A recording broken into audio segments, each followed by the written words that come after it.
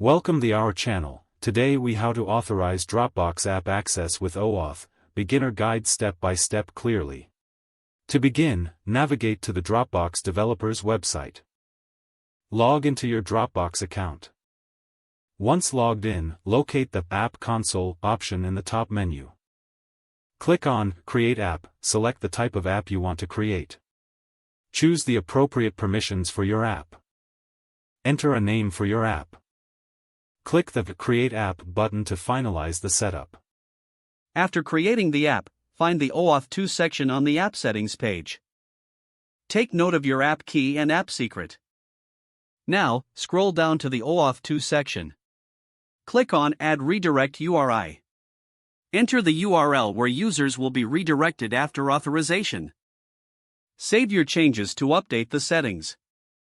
Next, open a new browser tab and prepare to build your authorization URL. Start forming the URL by entering the Dropbox authorization endpoint.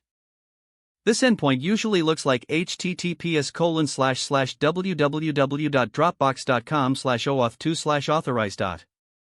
Add the necessary query parameters to the URL. Include the client_ID parameter and set its value to your app key. Add the response_type parameter and set it to code. Include the redirect_URI parameter with the URI you previously saved. Your URL should look complete now. Copy the constructed authorization URL. Paste it into your browser and hit enter. You will be prompted to log into Dropbox if you are not already signed in. Once logged in, confirm the permissions your app is requesting. Click the Allow button to authorize access. After authorization, you will be redirected to the specified URI.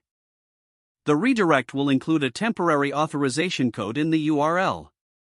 Make a note of this authorization code.